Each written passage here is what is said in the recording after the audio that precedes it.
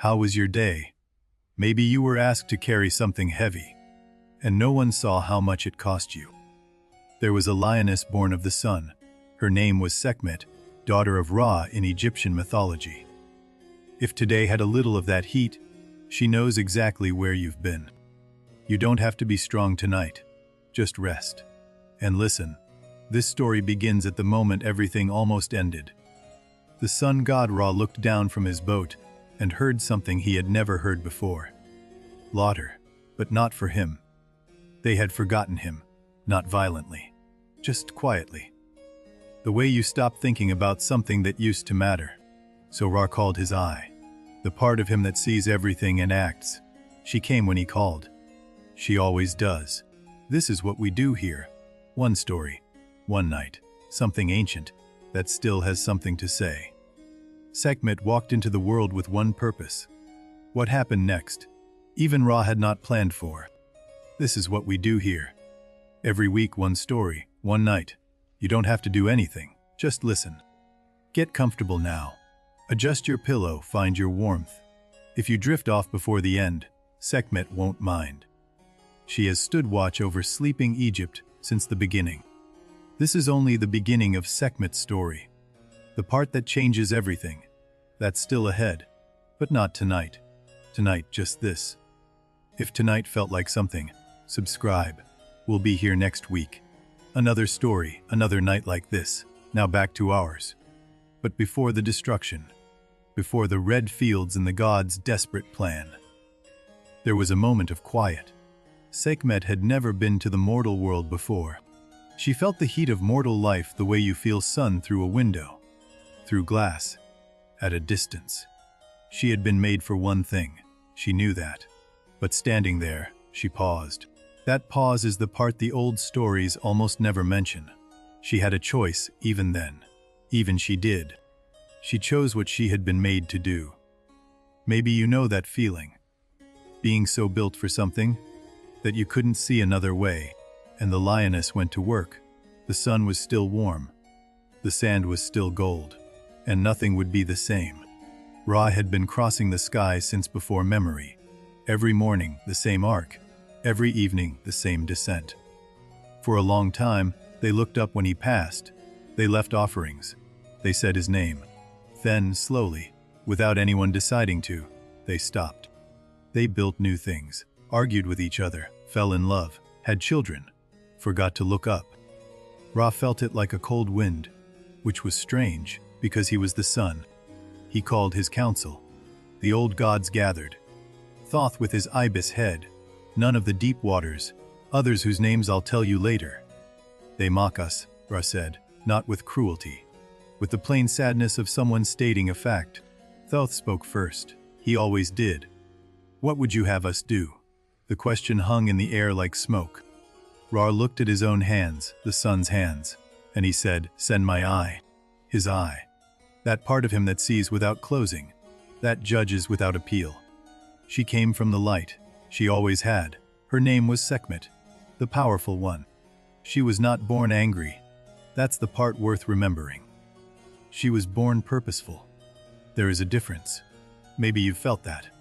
Being made for something, and not always choosing when it calls. Ra had made her from a part of himself, the fierce part, the part that doesn't negotiate. Every parent sends something of themselves into the world. Ra's just happened to be a lioness with the desert wind in her lungs. She had other aspects, softer ones. Some called her Hathor, the golden one, the cow goddess, the lady of joy. The same goddess, the same fire, turned different directions. She knew both of herself, but Ra had not called for Hathor. He called for the lioness, and the lioness answered. Meanwhile, in the mortal world, they were having a very ordinary evening. Nobody had decided to stop honoring Ra. It had just happened, the way things do when life fills up. That's the part the old stories often gloss over. It wasn't malice, it was forgetting. Forgetting can be just as sharp as spite. Ra felt it the same way. Here's the part the myths never make obvious. Ra didn't want revenge. He wanted to be remembered. Those are different things, even if they can look the same. He sent his daughter, because he didn't know how else to be seen again. There's something achingly human in that. Sekhmet crossed the desert in the long hour before dawn. The world was still. She was not. She reached the first village as the sky turned amber. The cocks hadn't crowed yet. The dogs hadn't barked. She paused again, that same pause, longer this time. She could smell the bread cooling in the ovens. She could hear the river. Life is loud, even in silence. Ra's command was in her chest like a second heartbeat. She knew what she came to do. She went in. The lioness went in. And the morning after was very different from the morning before. Word moved through Egypt the way fire moves through dry grass, fast and low. The Eye of Ra walks among us, they said. That was the old phrase, and they hadn't used it in a generation. The phrase meant pay attention. It meant something divine is moving, and it is not moving gently. Sekhmet moved south along the Nile, then north, then south again. She was not rushing. The gods watched from Heliopolis. They had agreed to this. Now they were watching what agreement looks like when it walks.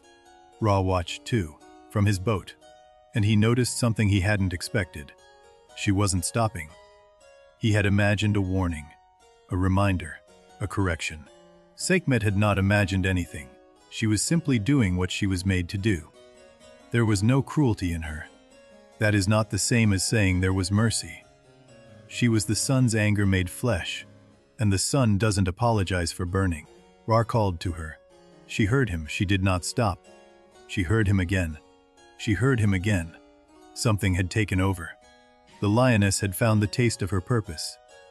And the taste of purpose is a difficult thing to set down. The ancient Egyptians didn't make the Eye of Ra to frighten. They made it to explain. Why does the sun burn? Because it has to. In ancient Egyptian thought, divine wrath wasn't arbitrary. It was the universe correcting itself. A fever breaking. Not punishment, recalibration. Sekhmet wasn't evil in this framework. She was necessary. The way storms are necessary. You don't thank the storm, but you understand what it clears. Picture the storyteller 3,000 years ago, reaching this same moment. The audience leaning in. They knew what the Eye of Ra meant. They lived under that sun. They inherited this story through centuries of retelling. Each teller added something. We've inherited it now. Tonight it belongs to us. Back in the solar boat, Ra was doing something he had almost never done before. He was afraid. Not afraid of Sekhmet, afraid of himself. Afraid of what he had wanted badly enough to unleash. Thoth was still recording. He always records. He never stops to ask if the recording should pause. Ra descended from his boat for the first time in longer than memory. He walked among the gods. We have to stop her, he said. Thoth asked. Not to challenge, to genuinely check. Because Thoth always checks. She was Ra's eye. She was his daughter. She was his own power, walking without him. Could you call that back? Could anyone? The primordial waters, oldest of the gods, spoke slowly. She must sleep, he said, not be stopped. Sleep. The gods looked at each other. Sleep, not a battle, not a command. Sleep. How do you make the Eye of Ra sleep? Ra asked. The question had never come up before. Hathor spoke, the gentle one. The other face. She loves blood, Hathor said. Give her something that looks like it. Give her enough. Red beer. 7,000 jars of red beer, dyed with ochre and pomegranate, to look like blood in the dark. They worked through the night, the priests, the god servants, even Thoth, though he wrote while he worked. Before dawn, they carried the jars to the fields where Sekhmet would pass. They poured everything. 7,000 jars. The fields looked like the aftermath of something she hadn't done yet. Then they waited. Even the gods waited. Even Ra, back on his boat, waited. The sun went down. The night was very quiet. Sekhmet came from the south as the stars shifted. She could smell the fields from a distance. Stay with this. It matters before the end. She stopped at the edge of the field. She looked. She had not expected this. She lowered her head. The great lioness, the Eye of Ra, and she bent toward the field. And she drank. She drank. The beer was sweet. She didn't notice the sweetness at first. Then she did. She kept drinking. In the Hall of the Gods, someone whispered, "It's working." No one replied. They were afraid to say it out loud. Sekhmet drank through the middle of the night. The field emptied. She sat back on her heels. The way you sit when something has finally been enough. Her eyes were heavy. She had not felt this before. Heaviness. She was made of fire. Fire doesn't tire. But the beer was sweet, and the night was cool, and she had done so much. She lay down in the Egyptian dark. She closed her eyes, the eye of Ra closed. In the Hall of the Gods, Ra exhaled. He hadn't known he was holding his breath. Doth, said, still writing. Yes, Ra agreed, but not yet. Not yet. That's enough sometimes. Not yet is the beginning of a different story. Sekhmet slept until dawn. The first real dawn she'd ever slept through. When she woke, she was different. Not less powerful, different. Something had shifted in the sleep. The way things shift when you finally let yourself stop. She looked at her hands. The lioness looked at her hands. And she understood something she hadn't before. The same fire that destroys heals. It always could. She had just needed to sleep, to remember the other direction. Let's go back. Before the beer. Before the sleep. To the days when Sekhmet was still moving and no one had a plan. The Nile Valley is long. It takes time to walk it. Sekhmet had time. She was the daughter of the sun. She had all the time there is. In the delta, where the Nile fans out to the sea, the farmers had been busy with the harvest. They looked up and saw the hot wind coming. The hot wind of the Sahara. That's Sekhmet's breath. The old people knew it. When it comes without weather, it comes with her. Some ran, some stayed, some knelt. There was no right answer. Sekhmet didn't distinguish between the choices. She moved through the delta like the flood season. Not personal, not targeted. Just thorough. The priests at Heliopolis heard and began the ritual they hadn't used in a generation. The ritual for when Ra's eye walks among men. The ritual said, offer beer, offer bread, speak her titles. Call her the beautiful one, the golden one, the lady of the flame. She heard the ritual. She always hears. She did not come to the temple. She had a task. Ritual was for the finished thing. This was not finished. In the southern city of Thebes, a woman was giving birth. The midwife worked. The prayers were already being said. The baby was born before Sekhmet reached Thebes. A girl, they named her Mary Taton, beloved of the sun, maybe to appease, maybe in defiance, maybe just because it was a good name. Life insists on itself. That's something Sekhmet understood. It's also something she was testing. Above all of this, Ra watched. He saw the baby. He saw the midwife. He saw the naming. He noticed that some of them had started saying his name again. Not from piety, from fear, but saying it. He wanted to be remembered. They were remembering. And it felt nothing like he thought it would. I didn't want this, he said to the sky. There was no one nearby to hear him. Maybe that's why he said it. Sekhmet moved through the night. She didn't need the sun. She carried it with her. The disk, the fire, the inherited light. The thing about fire is, it doesn't know it's burning. It's just doing what fire does. She reached the city of Memphis, Ptah's city. The god of craftsmen lived here, and also Sekhmet's consort. Ptah heard her coming. He felt the hot wind. He stood in his temple and waited. She came to him. She stopped. Just for a moment, she stopped. They looked at each other. No words in the old text for what passed between them. Just she stopped. Then she moved on. Ptah watched her go. He turned to his craftsman and said, "Keep working." That's what Ptah always says. Here's the part that matters before the end. Sekhmet passed Memphis. She went around it. She never went into Memphis. The old records agree on this.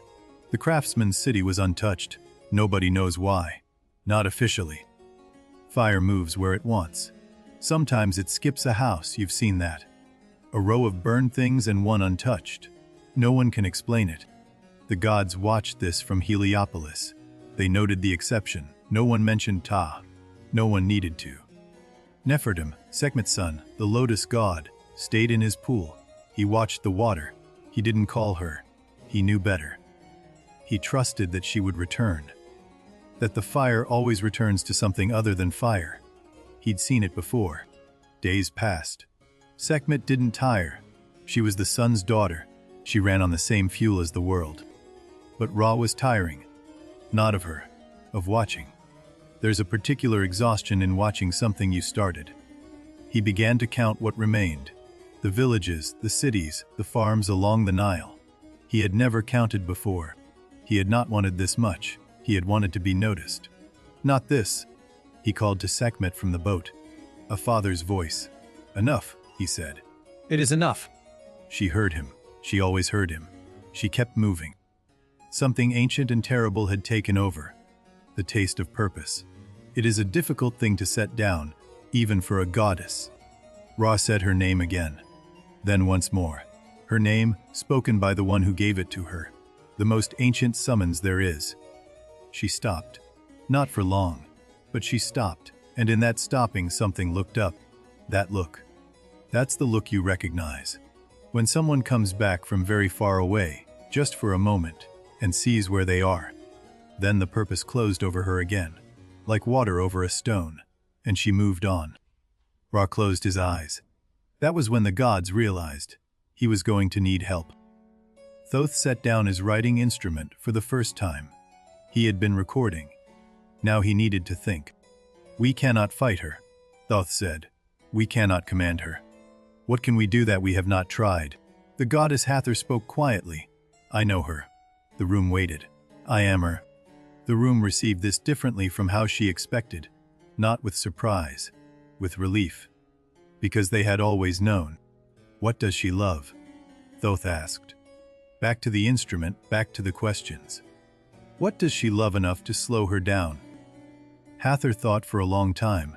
Long for a goddess is different from long for us. But still, she thought. Blood, she said finally. She loves the sight of blood. Give her something that looks like it. Give her enough of it to drink. The ancient Egyptians who first told this story lived in a world where the Nile could rise or not rise. And people died either way. Divine wrath for them was something you prepared for. They didn't see punishment as arbitrary. They saw it as consequence.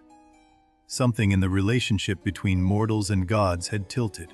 Sekhmet was the tilt made visible. They also believed that this, all of it, could be negotiated back. No destruction was permanent if the right rituals were performed. The universe wanted to be in balance. You could help it. Picture the storyteller by the fire, 3,000 years ago at this moment in the tale. The audience wasn't just entertained. They were being taught something practical, how to restore what breaks. We've inherited that now.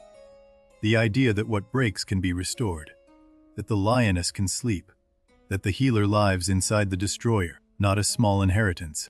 Back in Egypt, the plan was forming. 7,000 jars, red beer, the fields near the path she would take.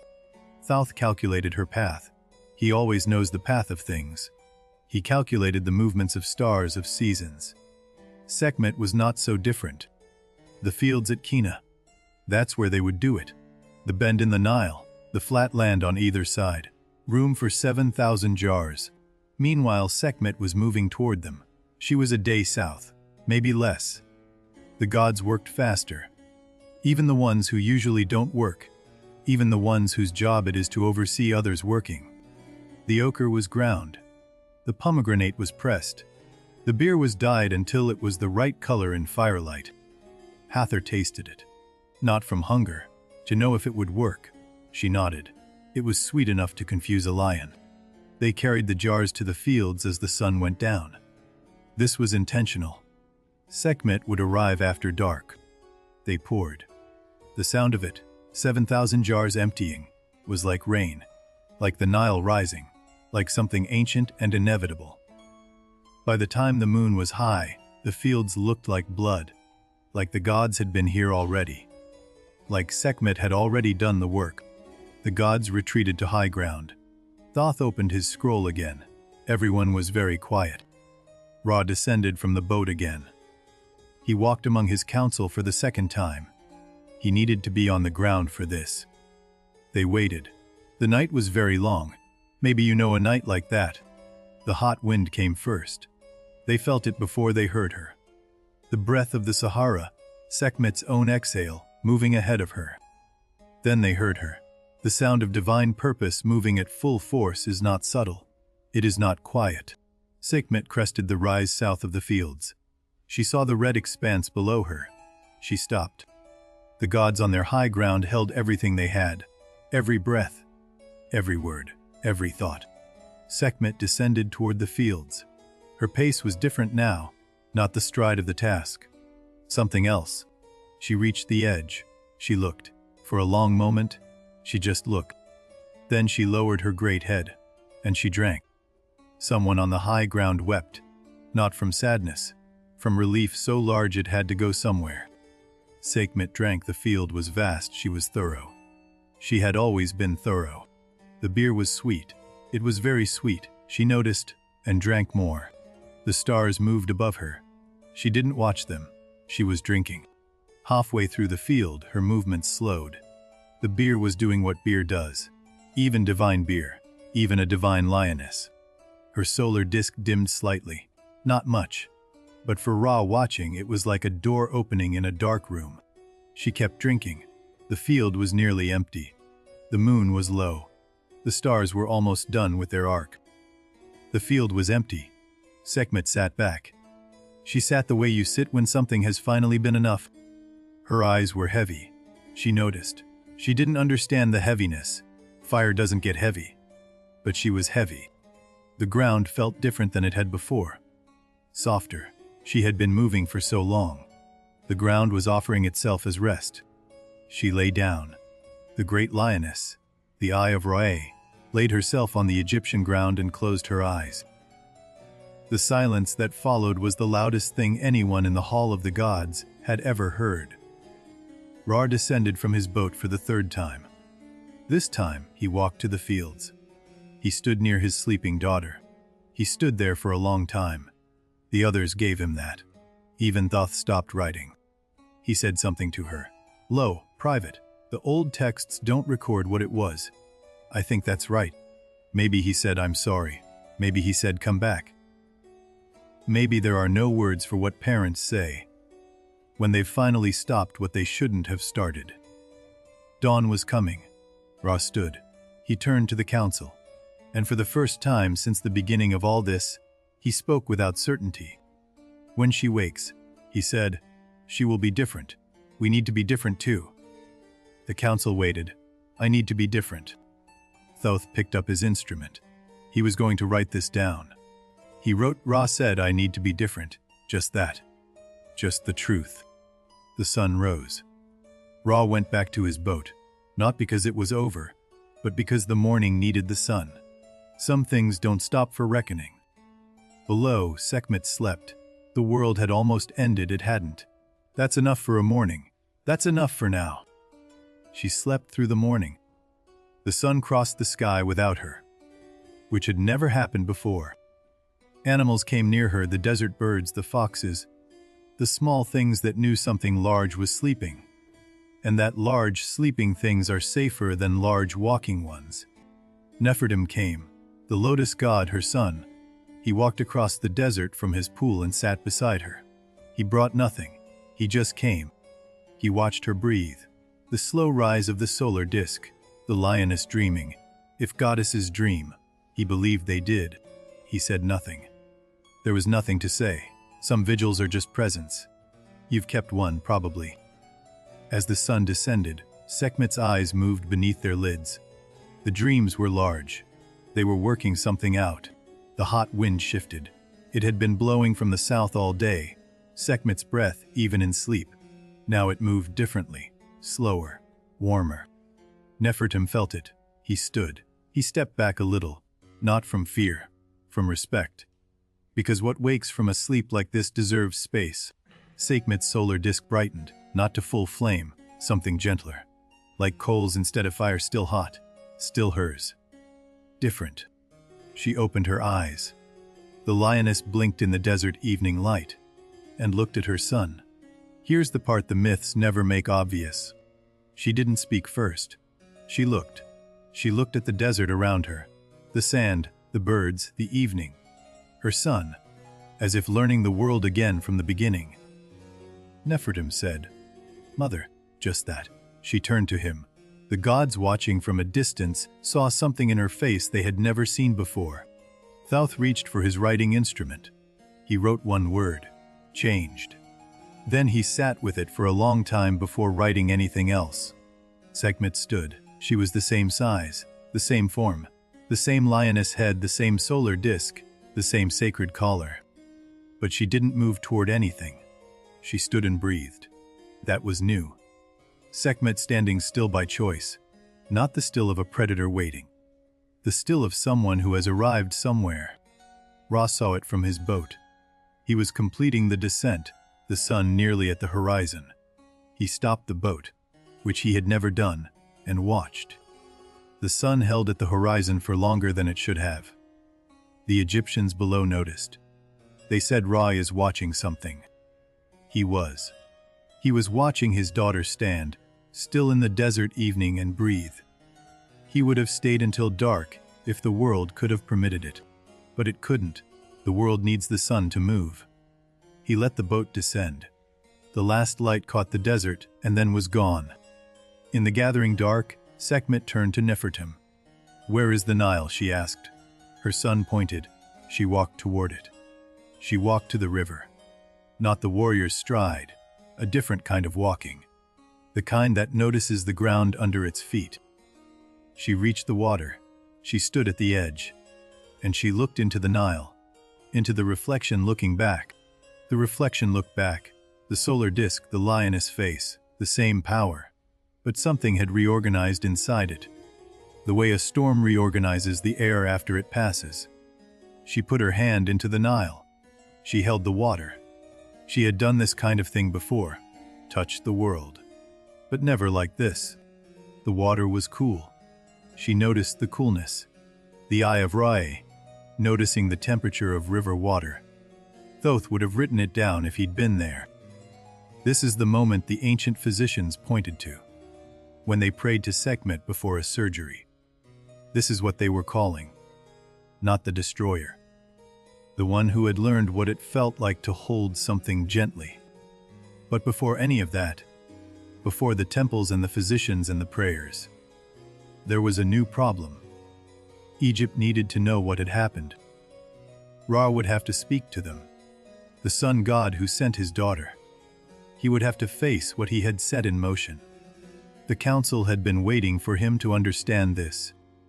And Sekhmet herself, what would she do now that the task was gone and something new was in its place? The question hung over Egypt like the hot wind, still hers, but asking something different now. She stood at the river for a long time. Then she turned. She walked north, but differently. As if she was going towards something, not away from anything. That's the part that stays with you. She walked north along the Nile. The same road, different feet, same feet, but different intentions inside them. She passed through the first village she had come through before. The people saw her coming. They ran. She stopped at the village edge. She sat down, she waited. That was new. The eye of Ra, waiting. One child came back first. They always do. Too young to fully understand what the adults remembered. The child stopped in front of her. They looked up at the lioness head, the solar disk, the golden collar. Then they said, "Are you hot?" Sekhmet looked at the child for a long time. Then she said, "Yes." Just that. It was the first thing she had said to a mortal who wasn't running. The child sat down beside her. After a while the adults came back too. They kept their distance, but they came back. An old man came forward. He had a wound on his hand, an old wound, badly healed. He held it out to her. He didn't speak. Sekhmet looked at the wound. Then she touched it. Her hand, the same fire, but directed differently. The heat that destroys turned toward mending. The old man looked at his hand. Something had changed. Not everything. Old wounds leave their mark. But something. He wept. Not from pain. The other kind. The kind that comes when you've been carrying something long enough and someone finally looks at it. More people came forward. They had injuries. Old ones and new ones. They had been waiting for something that could help. They had not expected it to look like this. She stayed in that village through the afternoon. The first of many. Word moved through Egypt again. Fast, low. The same way the first word had moved. But this word was different. The Eye of Ra walks among us again, they said. Then, but different this time. Different. Ra heard the new word from his boat. He closed his eyes, then opened them. He kept moving. He had not yet spoken to the people. That was still ahead of him. He knew it. He was building toward it the way you build toward a difficult conversation. Sekhmet moved south again after 3 days in the delta.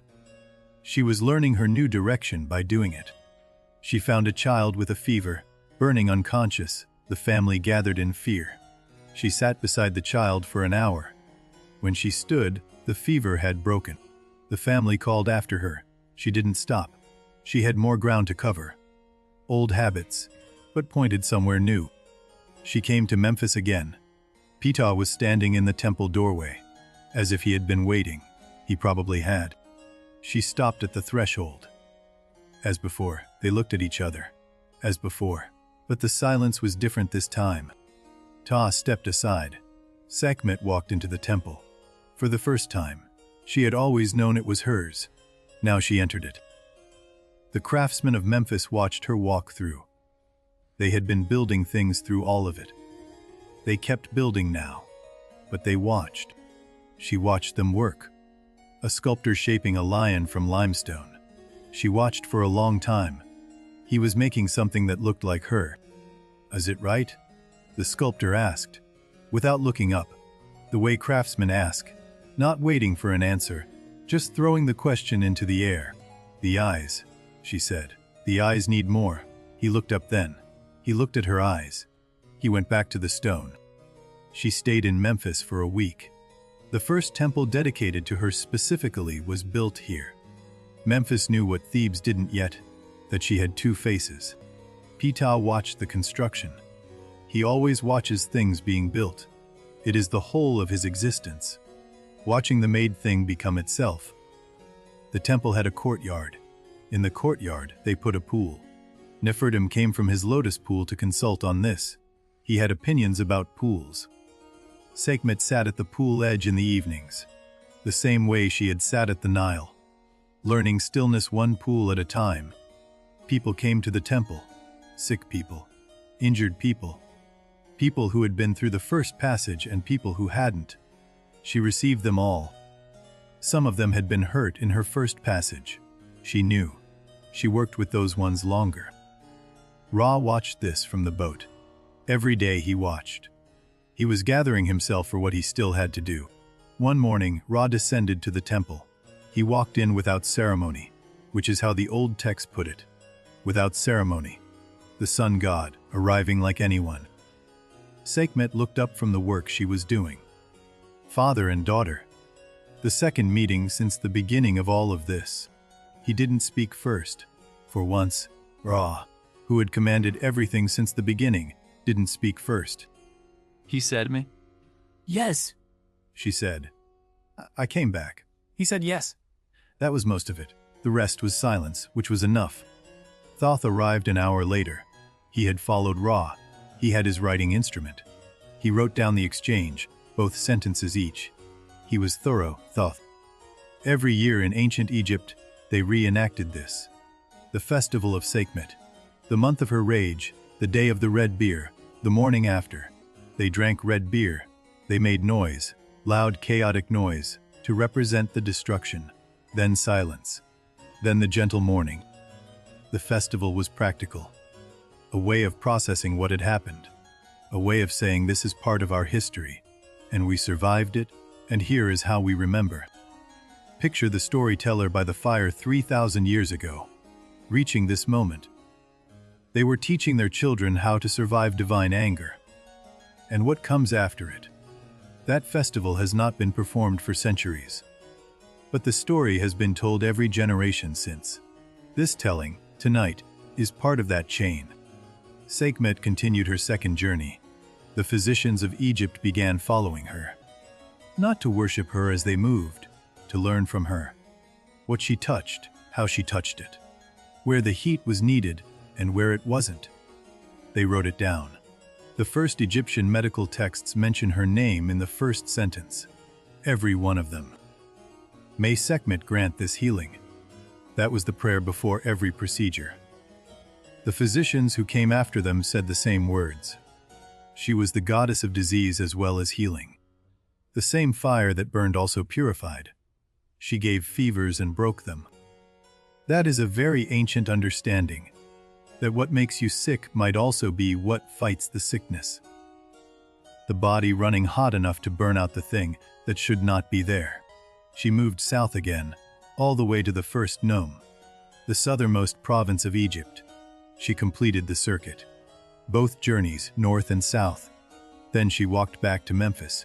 She had decided Memphis was hers. Nefertum was already there. He had replanted the lotus pool 3 times while she was gone. He was particular about the lotus pool. She walked into the temple and sat by the pool. Nefertum sat beside her.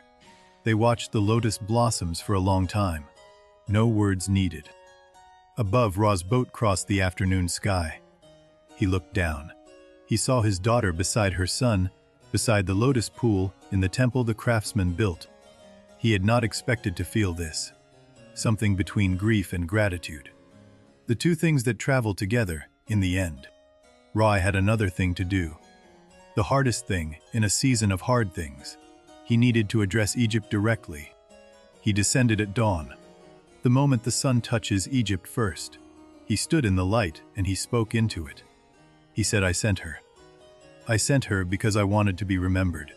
He said, I did not know what I was asking. He said she did what I asked of her, and I am sorry for what I asked. He said she has come back, and she is different, and I am learning from her. He did not ask them to forget what had happened. He said, remember it. Remember the morning after. Then he ascended back to his boat. He had done what he could do. He would do the rest by doing better. In Memphis, Sekhmet heard the address. She was at the pool. She didn't move, but something settled in her. Nefertum watched her face as she heard it. He saw the moment the last hard thing released. It looked like a breath she'd been holding since before the first journey. The physicians who had been following her wrote a new page that morning. They called it the day the goddess rested in her nature. The phrase meant, she is both things, and she has found the hinge between them. That's what rest in your nature means. Having found the hinge, that image, the hinge, became part of how Egyptians understood medicine for the next 3,000 years. The idea that a wound is fire in the wrong direction. That to heal is to redirect, not eliminate, the body's own force. Sekhmet had taught them without teaching, by being. That's the best kind of lesson. She continued to receive the sick in the Memphis temple. For a year, for 10 years, for a generation. The child who had asked her if she was hot. That child grew up. They became a physician. Their daughter after them. Their daughter's son after that. The hot wind of the Sahara, Sekhmet's breath, blows over Egypt still. The ancient Egyptians knew when it came with her. It still does. That wind can destroy crops. It can also clear the air. Same wind. You take what it brings. Ra watched all of it from his boat. Every day, the same arc. But his eyes moved differently now. He counted what remained. He had started counting. He noticed new things. The way the Nile looks at the exact moment of high flood. The color the sky goes just before the Khamsin. He had been crossing the sky for eternity. He was learning to look. He was learning what Sekhmet had learned at the Nile. That noticing is its own form of presence. That attention is also a kind of care. Thoth recorded all of this. He had been recording since before the first journey. He would record until the world ended. He was Thoth. The healers of Memphis organized themselves. They took Sekhmet's name as their guild name. The Guild of Sekhmet. They wore the lioness on their robes. They had a ceremony each year. The festival of Sekhmet adapted. They reenacted both journeys, the first and the second. The ancient Egyptians produced the world's oldest surviving medical texts. All of them begin with Sekhmet. This isn't coincidence. It's the origin story of a medical tradition. Egyptian physicians were among the most sophisticated in the ancient world. Other civilizations sent to Egypt for doctors. The reputation traveled as far as Persia and Greece. The physicians of Sekhmet were not just healers. They were also the public health officials of their era. They managed plagues. They organized quarantine. The dual nature of Sekhmet, destroyer and healer, was the ancient Egyptian explanation for epidemic disease. Something divine was both the cause and the cure. Something in the world contained both. We've inherited this. Not the theology, but the understanding. The body's own systems that fight disease are often the things that also make us sick, the fire that heals by burning. In the Memphis temple, Sekhmet was receiving the sick. An ordinary afternoon. If any afternoon with a goddess in it can be ordinary. A priest came to her with a message from Ra. He was coming again, this time formally. Sekhmet looked at the priest. "Tell him," she said, "that he may come when he is ready. There is no ceremony needed." Ra came at dusk. He walked into the temple as the last light came through the western columns. He sat down beside the lotus pool. Sekhmet finished what she was doing, a child with a broken arm, and came to sit beside him. They watched the lotus blossoms close for the evening. The lotus closes at night. It opens again in the morning. Nefertum chose well, Ra said. He meant the pool. He also meant more than the pool. Sekhmet said, "It usually does." There was something almost warm in it. The way you talk about someone you are proud of. They sat until dark. Or didn't go back to the boat. He stayed through the night. The world managed without the sun for one night. He had never done that. Stayed through the night on the ground. He watched the stars. He had made the stars. He had never watched them from below. "They're different from here," he said. Sekhmet looked up. "Yes," she said. "Everything is." At dawn Ra stood. The sun needed to rise. He looked at his daughter. The lioness, the healer, the eye he had sent, and who had come back changed. Both things true. Both things her. This is the moment the ancient physicians pointed to. Not the destruction. Not the sleep. This moment. Ra looking at Sekhmet and seeing both at once. She had always been both. The physicians understood that. To be fully seen. Destroyer and healer both. That is the divine truth of Sekhmet. Ra said, "You are my best work." He had made the sun. He had made the stars. He chose this to say. She didn't answer. She turned back to the lotus pool. The lotus was opening. Morning had come. Some answers are just the thing you turn back to. Here is what stayed with me about Sekhmet. Not the destruction. The moment she paused before it. She paused, both times, before the first village before Memphis. Fire pauses too, not often, but it can. The pause is where the choice lies. Even a goddess made for one thing had a pause. That's worth something. The same fire that burns also heals. She always had both. The sleep didn't create the healer. It revealed her. Maybe you know that. Having something in you that can go either way. The question is always just which direction today. Ra sent her because he wanted to be seen. He got more than he bargained for. Most acts of power do. Power sent outward tends to return changed. It moves through the world and the world changes it back. Ra learned this. He started counting what remained. He started watching from below. He started saying, "I need to be different." That phrase, "I need to be different," is the thing Thoth wrote down. The most important sentence in the whole story. Not, "I'm sorry." Not, "Forgive me." Harder than those, "I need to be different," which is the only apology that does anything. Sekhmet didn't forgive him. The texts don't record forgiveness. They record the lotus pool, the watching of the stars, the turning back to the work. Some things are too large for forgiveness. You just carry them forward differently. That is also a kind of grace. The physicians prayed to her before surgery, not to the gentle Hathor, to Sekhmet, because surgery takes the fire. The understanding you need the destroyer's hands for the work that saves. Gentleness alone cannot cut. Both things are necessary. The hot wind still blows. When it arrives over Egypt, hot, dry, carrying sand, the old phrase comes back, she is here. She is always here. That's what the old stories are for. To hold the things that are always here and give them a name. You have Sekhmet in you. The fire that could go either direction. Everyone does. That's not a warning, it's the design.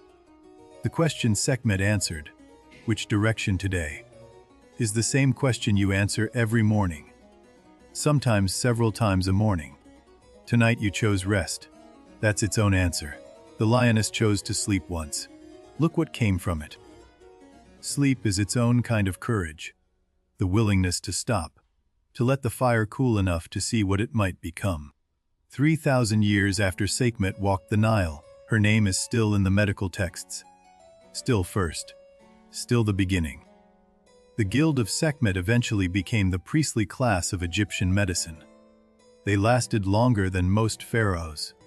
The Khamsin wind blows over Egypt every spring. Hot, dry. It carries sand from the Sahara. It still carries her name in the old villages. Archaeologists found over 700 statues of Sekhmet at the temple of Amenhotep III at Luxor. 700. One for each day, and then some. Amenhotep III was ill. He commissioned the statues to ask for healing. 700 prayers in stone. The destroyer called for her other face. He lived many more years after the commission. Whether it was Sekhmet or medicine or time, no one can say. He left the statues either way. 700 statues. Each one a version of the same face. The healer who was also the destroyer. Repeated until it becomes the ground you stand on. The Memphis temple is gone now. The lotus pool is gone. What remains is the story, and the wind that carries her name. Fire doesn't need a temple. It carries itself. 3,000 years and the lioness still walks, in the wind, in the old texts, in the question of which direction today. She is still walking, somewhere between destruction and healing, still finding the hinge. That's the part that lasts. The story is told. The Nile is dark. The desert has cooled to something gentle. Sekhmet is at her pool. The lotus is closed. The night belongs to the stars. Ours boat moves through the underworld. The long dark passage before morning. Ancient and patient. Thoth has set down his writing instrument. Even he rests. Even the record pauses. Nefertum sleeps beside his pool. The lotus dreams of morning. We'll be here, when you're ready. The desert is very quiet. The hot wind has stilled. Everything is resting now. The stars over Egypt are the same stars always. They were here before the story. They'll be here after. Sekhmet watches the stars from the temple courtyard. Still, at rest things, always both. The lotus will open at dawn. The sun will rise. The fire will turn toward healing again. Sleep now, the lioness is standing watch. That is enough. That has always been enough.